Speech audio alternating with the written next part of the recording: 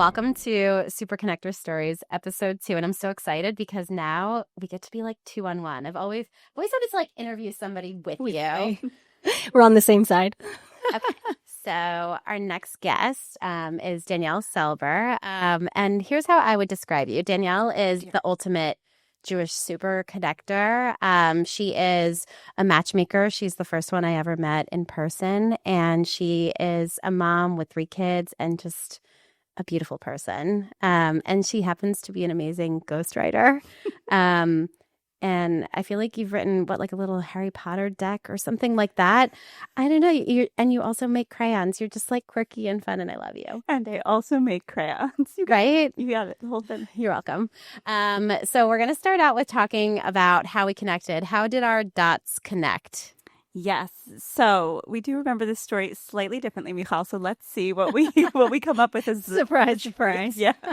So I got an email in, I want to say spring 2017. Yes. Right. And you said like, hey, I'm new to town. I'm a matchmaker. I don't know if we're competition, but like, can we meet up and just chat? Right. And I wrote back and I said, of course, there's no such thing as competition. Or I don't know if I said that then, but we ended up concluding that soon after.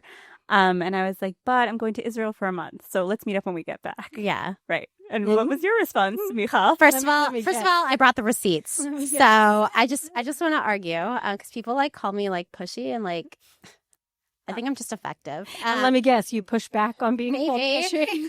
So I'll just start out. Thanks, Amira. So I'll just start out by saying that I was like, okay, as soon as I saw the job application to be a matchmaker, I was like, that's it. I'm a matchmaker. Like, it was just like one of those kismet moments. And I was like, I'm a matchmaker. That's it. Spoke to me. This is it. I applied 80 bajillion times until they, took me on.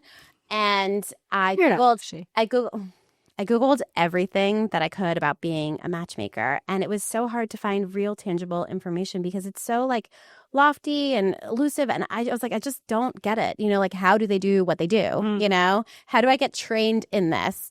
And I looked up Philadelphia Matchmaker and I came upon a obscure podcast that you did one time. And I was like, I love her. I just love her from listening to the podcast. And here we are doing a podcast today. Wow. So I said on May 10th, and I said, hey, Danielle, my name is Michal, and I'm actually not single, but a soon-to-be matchmaker in Philadelphia. I wasn't new to town, by the way, from Philly. I listened to a podcast you did and read the article about the future documentary. And I was hoping to connect over some coffee because I'd love to hear about your work. And also because I want to start going to some events that the collaborative puts on where and I leave to Israel this week, but maybe we could find a time in June. So it was May 10th, and I said June. Oh, okay.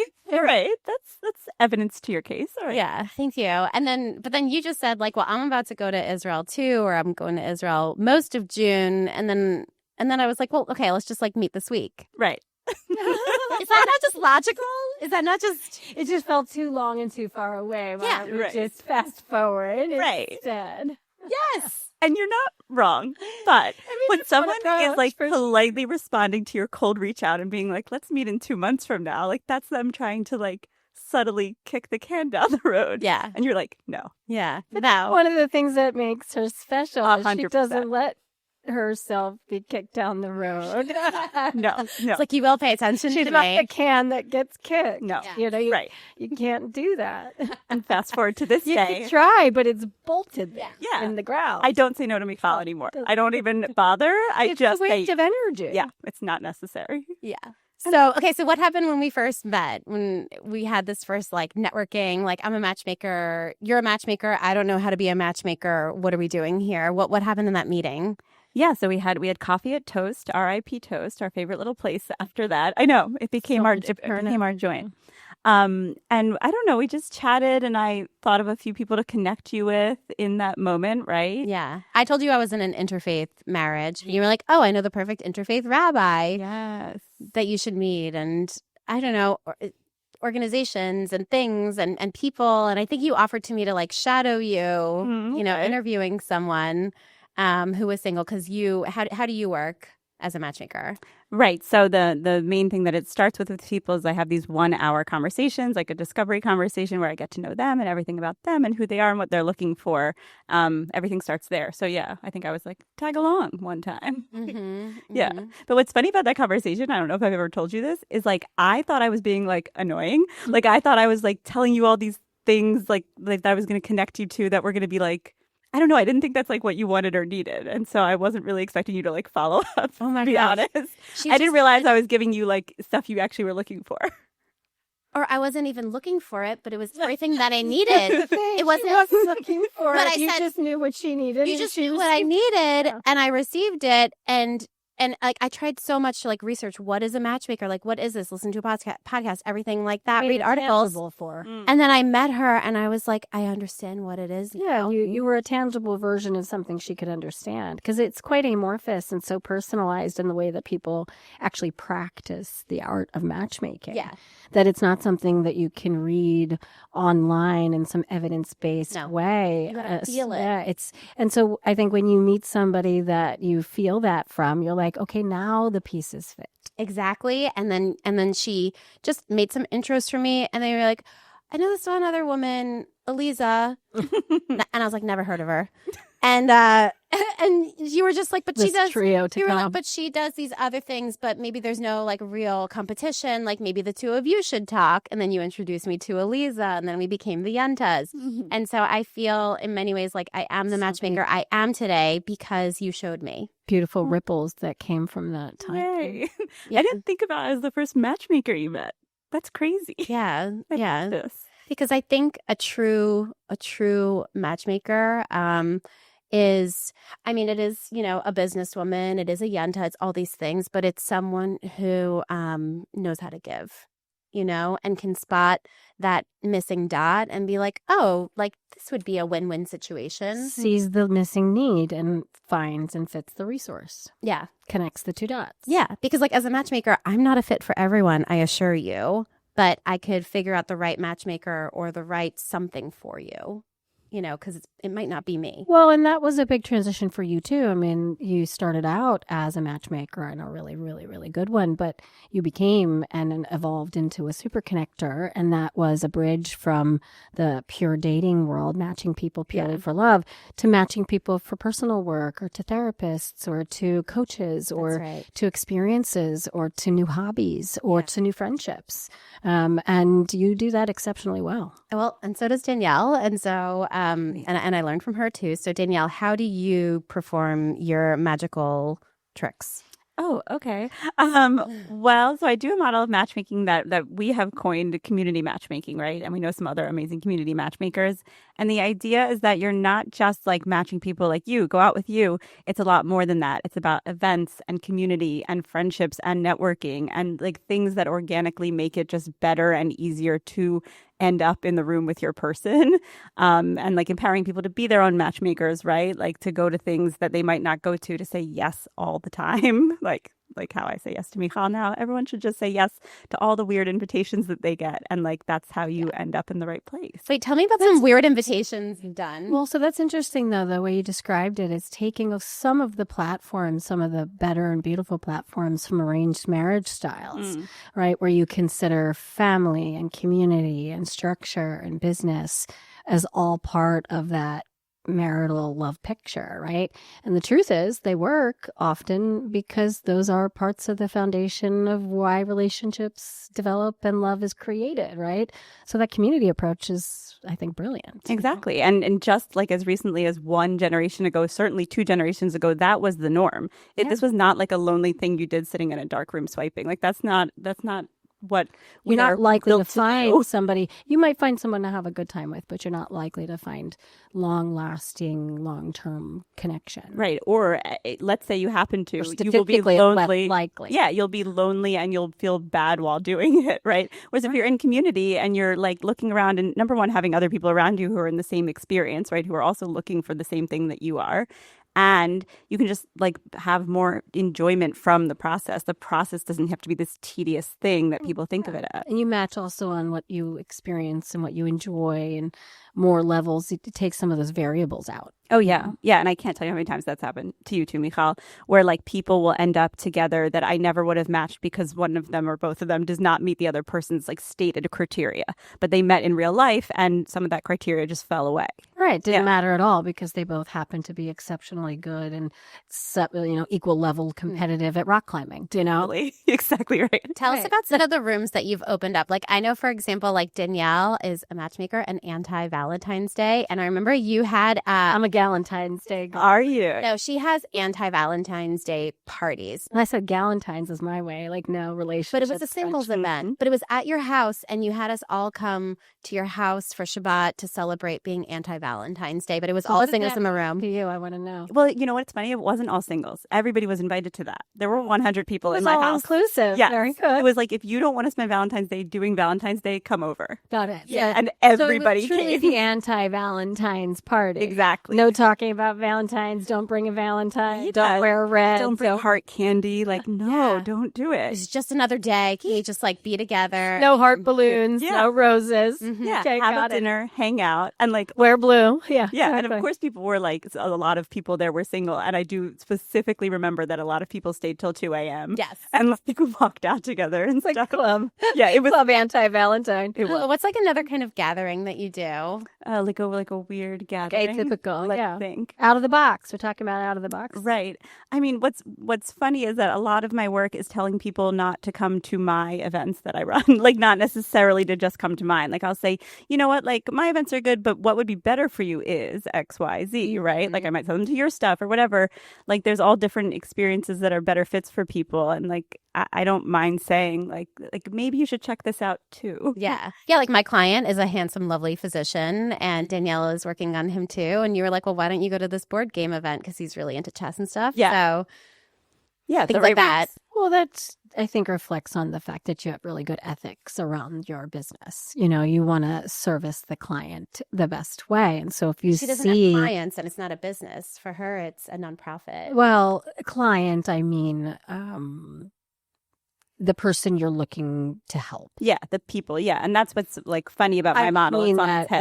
whatever that relationship is and how you want to refer to it, you want to serve them the best way that you can. Whether it's something that comes from you, whether it comes from someone else, that's the right way to do it. Yeah, there's no such thing as competition. The earliest thing that Michal and I she doesn't spoke about. believe it. It doesn't yeah, exist. you want to funnel. Sure, it's great to funnel your own, business and monetary structures, but the best way to service someone who's coming to you in this kind of industry is to match them to the right fit, Yeah.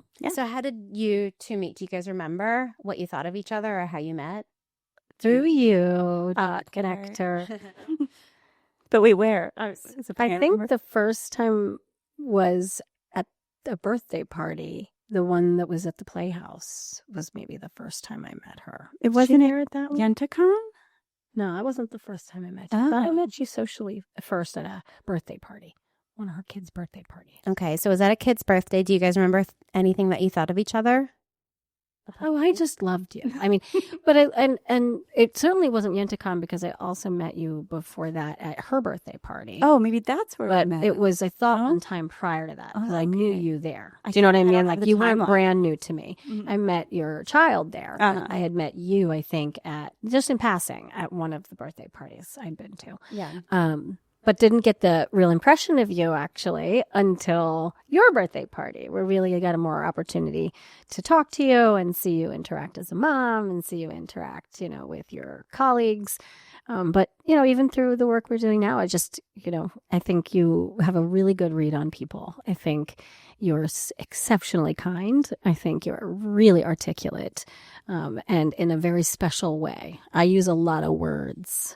Sometimes I could use fewer.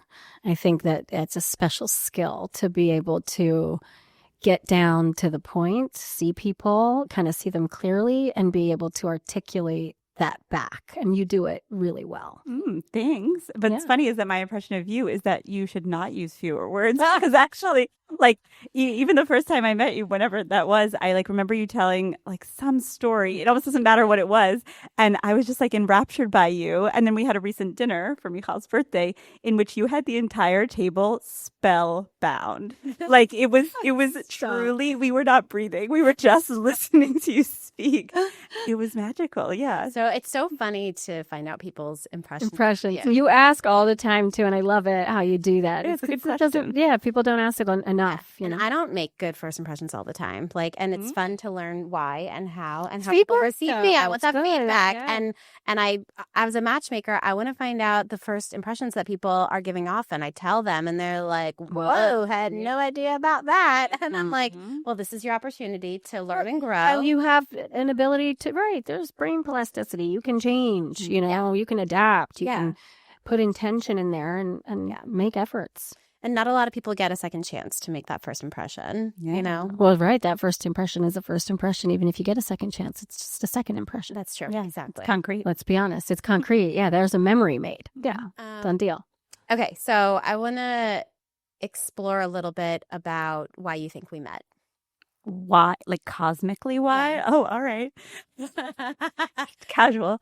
Why did we meet? I mean, you have absolutely in 100 ways changed my life. So, you know, it was on purpose. Like you were supposed to be in Philadelphia. You're supposed to be a matchmaker. I always tell you, like, you'll die a matchmaker. Like you were meant to be a matchmaker from day one. It's a calling. Yeah, 100%. Like it's not even a negotiation.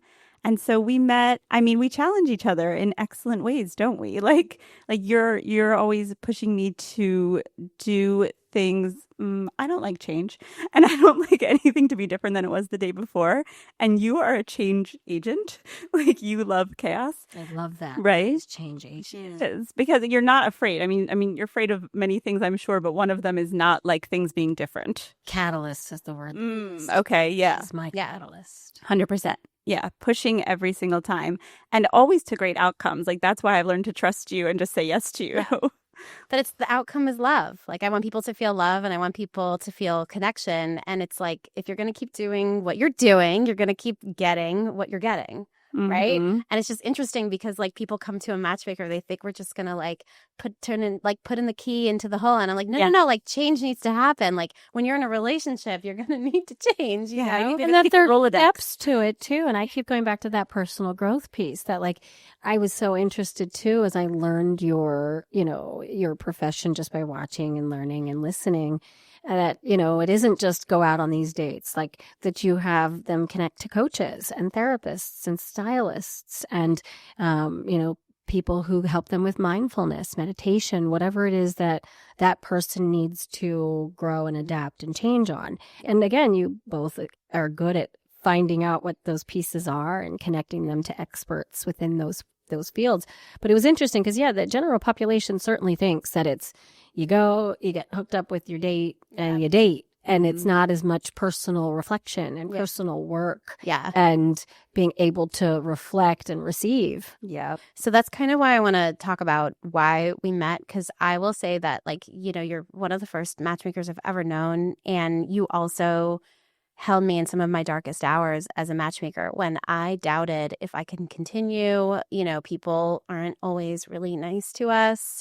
People can come to an event and write you a review or just and like oftentimes like we don't get thank yous. And you've been that person when I've really wanted to quit, being like, no, you're going to retire a matchmaker. And you've always had that conviction, even when I was doubting it at times. Doubting it, or people are threatening to sue me or whatever it is, like making me want to quit or talking down to me. Like you never let me. So that's my question for you cosmically. Why do you think, you know, I came into your life? Yeah. And maybe this is the bridge to talk about maybe your story slam or something. Oh, sure. Which I dedicated to you. Yeah. Yeah. Well, why? Why? Or share what the story slam is, maybe. Oh, okay. Okay. So we're talking about 2 years ago now. So, I had experienced a life transition, which I guess we'll talk about in a little bit. And it was actually, here's what's funny. It was a friend of mine that I had introduced to you that became one of your best friends who recommended that I apply to this story slam, this annual Jewish story slam that happens around the holiday of Purim. And the sort of premise of the stories is supposed to be about like transformation and like bodies and sexuality. And I applied, and they like selected me, and I got to perform a 10-minute story about what had occurred in my life, and it happened to fall on Michal's birthday, and so I dedicated it to Michal. And my favorite thing is that you stopped your birthday party to have everybody listen live on Zoom. That sounds about right. Yeah, exactly.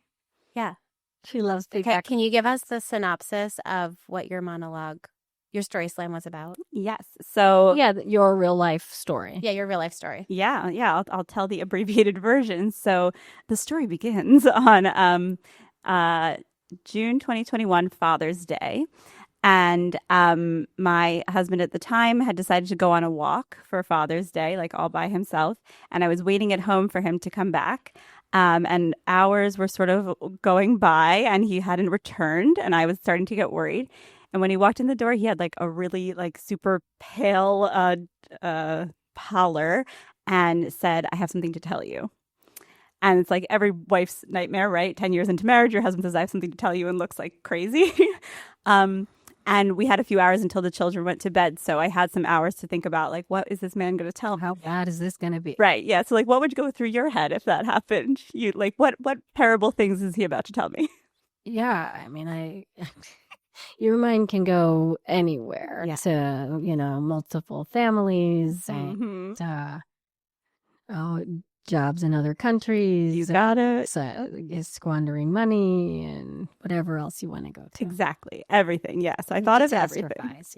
Yeah. So I did that. And then, 5 hours later, he finally sat down and told me that he had realized that very week, or that day, that he was transgender and he wanted to transition and to become a woman, which was a total and complete and utter shock. This person was like, I mean, whatever, stereotypes being stereotypes, but he was like a Russian Jew and like was in a fraternity, like did stonemasonry on the side, like as manly as like whatever society would tell us is the manliest man. So just a total and complete surprise. So you have 3 kids. And it was completely incongruent to you. As his wife of 10 years, there was not even a second where you could say that moment connects. No, even looking back now, like I've obviously like checked the catalog of my memory for like, was there any indication, could I have ever known this? And the answer was absolutely not. But he felt certain in that. She felt certain in that moment. Right. Yeah, we can say he in the past. That's why I mentioned it in the past. Yeah. Right? He in that moment. So tripped up about pronouns. Can you tell us just what we should do really fast when talking to you? Yeah. So the answer is to ask the transgender person. But in the case of my now co-parent, when we speak about it in the past before the social transition, we can say he, and then in the present or the recent transition part, she. Okay. Exactly. Yeah. Yeah. Would they, this can be a preference if they prefer. Yeah, not in the case of this person that we're talking about, but yes, yeah, correct. So he to she. Yeah, so, what happened next was a few years of the transition, happening. And that included everything that you would expect from voice therapy, right, to sound more like a woman, all the surgeries that you would expect, and, transitioning to living life full time as a woman, which she does today. But I think just having heard part of this story and having seen this monologue, what you say, what you use the word expect.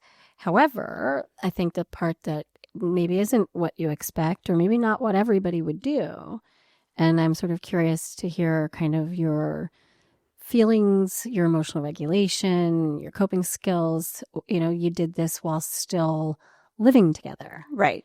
And still maintaining a relationship that was familial because you shared kids, but you did it in the same home. Yes, that's right. Yeah. For years. Sort of to this day. I can explain what it looks like now in a bit, but yeah, I'm just curious how you navigated the obvious emotions of feeling blindsided, which would naturally come with grief, which has anger, resentment, but you're also living there. You're doing this in front of your children. Right. And you're human. So as good and you're a grounded, matchmaker. well, and as good and grounded, well, you're also just a human, right? So as good and grounded as you could possibly be, to regulate through that.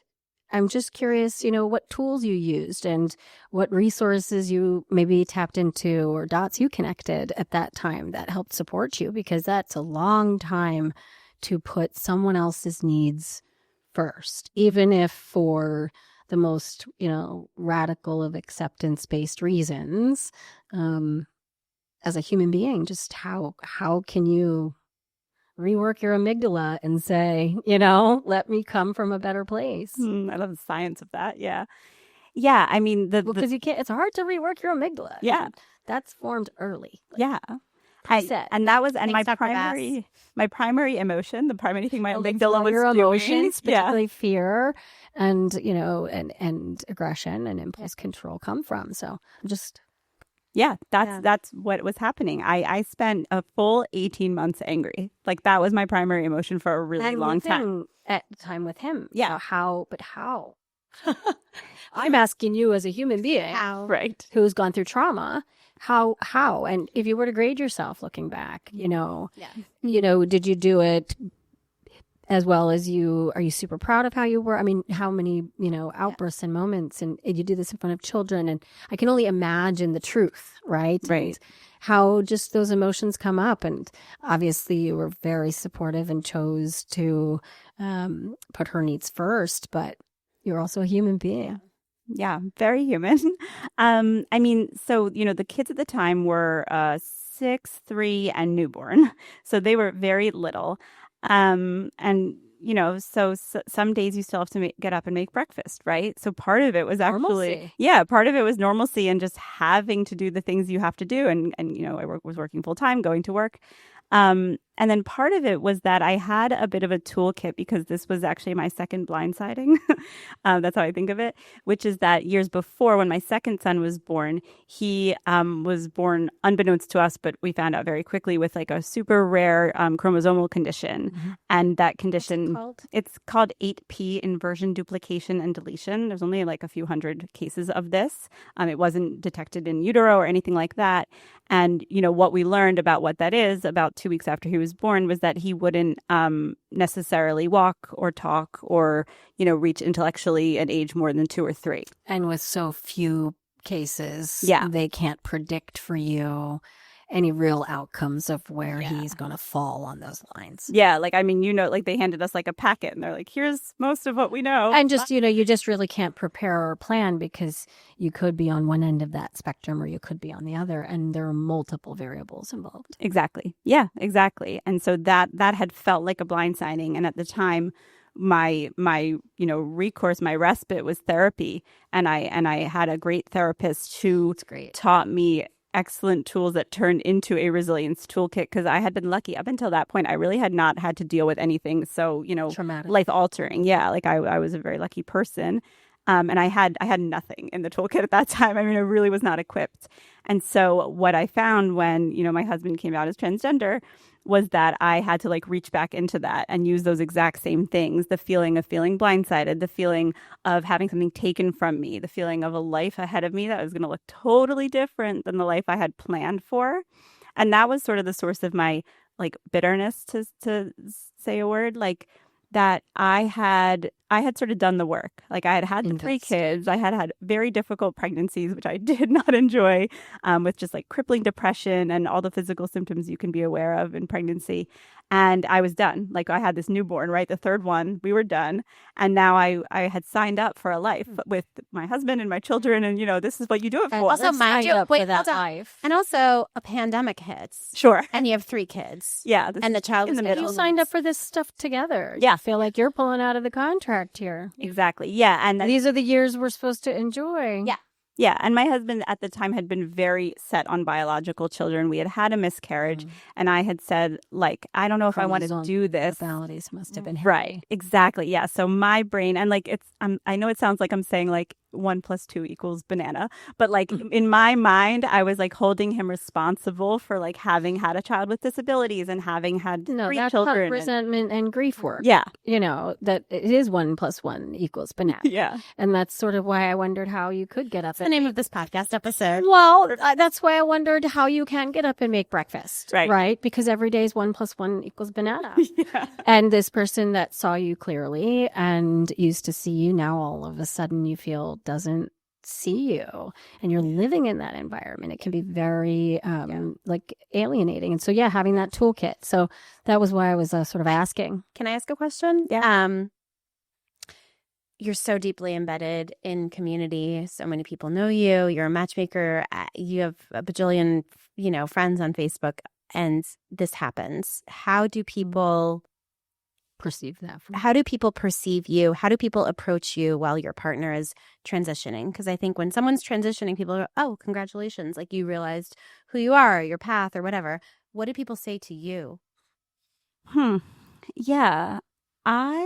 It's interesting. My initial reaction for a long time was that I did not actually like utilize my community and my people. I was being much more private and just like sort of went into a shell. And so it took me a long time. And actually the first moment that changed it was around my birthday, I think 1 year later.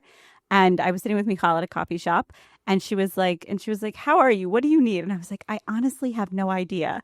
And Michal was like, "I think you need a little ritual." And so she put together this lovely, extremely beautiful on Mother's Day ritual with some of my friends and family, and got everyone together, and people like wrote me notes and spoke, and just like the love, like a little art project. And it represented, at the time, I had no idea what I needed, and Michal knew exactly what I needed, which was a blessing. And now when I look back at that moment, it represented like a demarcation, like a before and after for me, of like when like I was able to move forward from whatever I had been experiencing and utilize community and actually reach out to friends. And when people ask how you're doing, I answered the question instead of saying fine. Yeah, I mean, it sounds like you were in a state of trauma. Mm-hmm. It's not just fight or flight. There's freeze and fawn. Yeah. And you were in a freeze state. Yes. And processing way too much trauma. And what you needed was someone to extend that voice to you and open you back up, because you detach, you emotionally shut down in those moments. Yeah. Moments that you can't necessarily articulate. And I was wondering, you mentioned being in that state and shutting down. I'm curious, and I don't know if you can easily reflect on this. Was it more for her privacy? It was her story too, or was it a sense of failure or shame on your end, that related to your marriage or how this turned out, or religious reasons, or, I'm just sort of curious what it was that made you fully want to detach and shut down at that time. Yeah, I don't think it had anything to do with privacy, and I don't think it had anything to do with shame. I just didn't. I'm a lifelong community builder. That's my job. It's like my work. But I didn't, I think, believe that was actually like an option available to me. I didn't believe that my people were going to be able to help me in any way with this. And I just thought, if I keep it all inside and if I like keep it private, I don't know, I'll fix it myself. That was at the time what my brain was for doing. Fixers. Yeah. We're often really good at fixing other people, and we're really, really bad at either accepting help or seeing those patterns within ourselves. Isn't the clown actually the saddest one? Oh my. Like it's just the performance of it all, and that's, I think, a part of why we met, is because I've never seen anybody go through what you went through, and I didn't know what to say, but I do know how to gather. And I said, "Danielle, please say yes to something." And I just like caught you in that one moment, in that traumatic state you were in, and I was like, "Please say yes to letting me do something for you." Yes. And it wasn't just for you, it was for your community who didn't know how to support you or how to help you. Opening up those channels. Yeah. Exactly. And so what Danielle said is she made her boundaries of what she did and didn't want. I said, "Okay, like send me a list of who you want to invite, like who are your people." She sent me a freaking spreadsheet of so many people. I was so shocked. She said, "I only want, I want like women that are close to me, whatever." And then it was like I believe the spreadsheet. spreadsheet. I've seen how she works. It was insane. So I write an email to 100 people that are all connected to. I was insane. And At least she gave you a spreadsheet. And we had somebody amazing, Simcha, who happened to be your childhood friend in charge of the ritual. She did a great job. And Danielle Brief as well. Oh, it was so beautiful. And mind you, it's the pandemic. We were outside and we did like a brunch. And you said, I want the theme to be transition, but everybody's transition. And the transition you were going through, like it wasn't like a spotlight. All inclusive, I guess. That's how you kind of approach the world. I remember that now. Yeah. And taking back the word transition, which, we think of transgender and transitions, but what does transition look like for all of us? And what does it look like to have someone transition and make you transition too? Well, that's what happens in relationships, right? We invest in somebody who is making choices for us. Yeah. Collectively. And so, their movements, absolutely affect you. I think it was really a moment for your mom and your sister too. How did your family adjust? Yeah. And how did they offer support to you? Yeah, I mean, my sister has always been my person, and so she was always there in your corner. Yeah, and with our parents, it ran the gamut. Both myself and my husband at the time come children of immigrants there too. Yeah, immigrants and generational stuff, and long adjustment periods because this is like we're more familiar with all of this, But even still, it's societal. There's a stigma and an unfortunate lack of education and a lack of discussion. So I think, for the generations above us, we can understand. Right. And all they want is for us to be safe and happy, right? Like my parents just looked at me and were like, how are you going to make a safe and happy life out of this? That was their only worry or question. And your children. Yeah. Right. Exactly. And their grandchildren. Yeah. Your mom is Danielle Sephardic. So your mom is from Morocco. Yeah. And she has a lot of tools in her toolkit, but not that, right? Yeah, certainly not. For her, that's something that goes against her grain. Yeah, that's exactly right. And she found her own access points into it, and it took a long time. And that's why. Well, that's beautiful, though.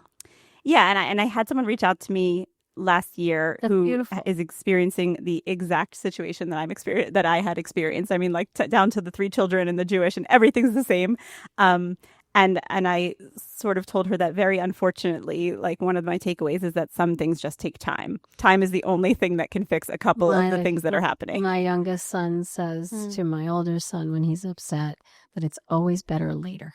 Oh, I love that. That's when my younger son wants to calm down or support his older brother. He says to him, because my older son has a little bit more difficulty regulating his emotions. And so he'll go to him, he'll say, it's always better later. Oh, that's so good. I have a similar aphorism. I say there's almost nothing that can't be made better with a good night's sleep. It's true, though. I think it's also like the sun will come out tomorrow. Yeah. So similarly, what we used to say in residency is you can't stop the clock. So no matter how bad the moment is, time still passes, right? It will end. Can't stop the clock, right? The end of the shift will come, or the end of the bad moment will come, or tomorrow will come. Yeah. Time will keep happening. Right. How does this apply to people who are lonely, Danielle? Which is what we work with, people's loneliness. Yes. And creating love in your life.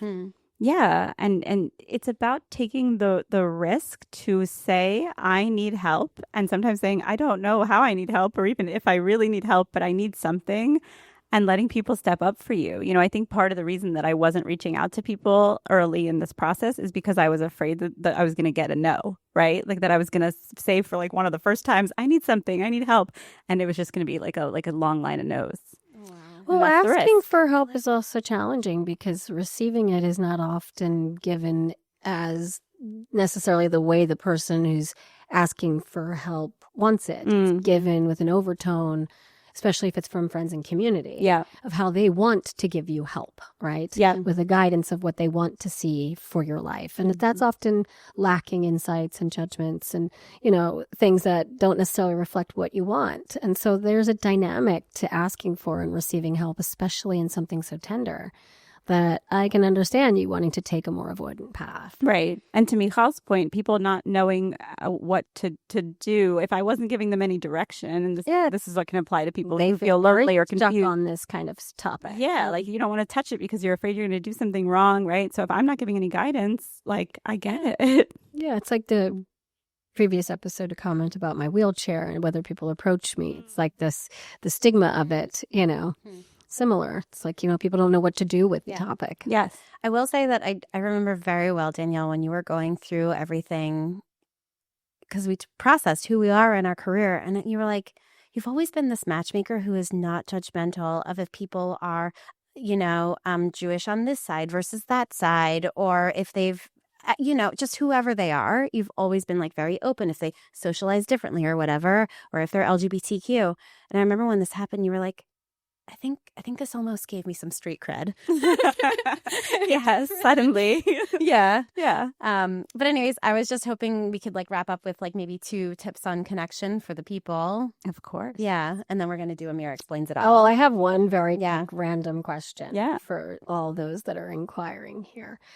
In your monologue, you mentioned the absolutely do not date options. There were some that made good sense, like the person who takes their selfie picture in the mirror. That's an obvious no-go, right?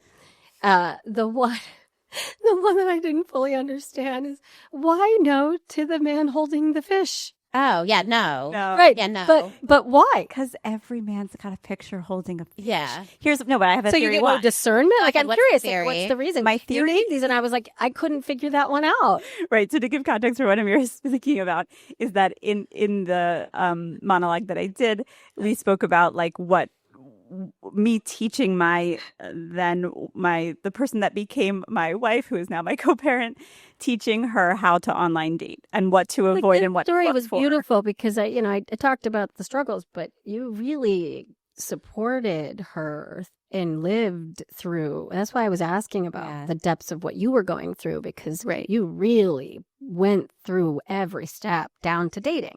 Yeah. Back to there. But let's just be mindful of time, because I do want to give a tip. Wouldn't it be kind of better if they had a photo of them fishing instead of them with the fish? Sure. But no one asks asks their friend to take a picture of them fishing, but everyone asks their friend to take a picture of them holding the prize. Is it because that's their trophy? And then even though they have the trophy, he's looking for a trophy wife? Yeah. If a guy's looking in his own phone at pictures of himself, he only has the picture with the fish. There's nothing else there. It's a trophy thing. Yeah. That's it. It's like, look how big my trophy is. Maybe so. Yeah. But I would say, I do just want to give a tip on connection that you might be lost, you might not know what to do, but someone in your community might have an answer for you. So maybe it's okay for you to ask. Yeah. Yeah. Or say, I don't know what I need, and let people and receive fill in the blank. Yeah, receive the help. Yeah. Yep. So with that, I'm going to start a timer. Okay. And let's try this again. Yeah. So Amira is going to explain what just happened on this episode in 60 seconds. You ready? 3, 2, 1, go. On episode 2 of Superconnector Stories podcast series, we covered clandestine relationships. The meeting is clandestine, but the relationship is built with intention. You have to be willing to work. You have to be willing to accept help. You have to be willing to ask for help. Life is going to give you all sorts of different sets of circumstances. Some will be in your control and some will not. The only thing that you always have a choice at is how you choose to respond, how you choose to regulate through those challenges. And if you ask for help and choose to receive it, you will come out on the other side stronger and better for it. 13 more seconds. Ooh. Danielle. Danielle Selber is an amazing matchmaker and Superconnector. She has the most spectacular way of seeing really your essence. She does. She can see your essence.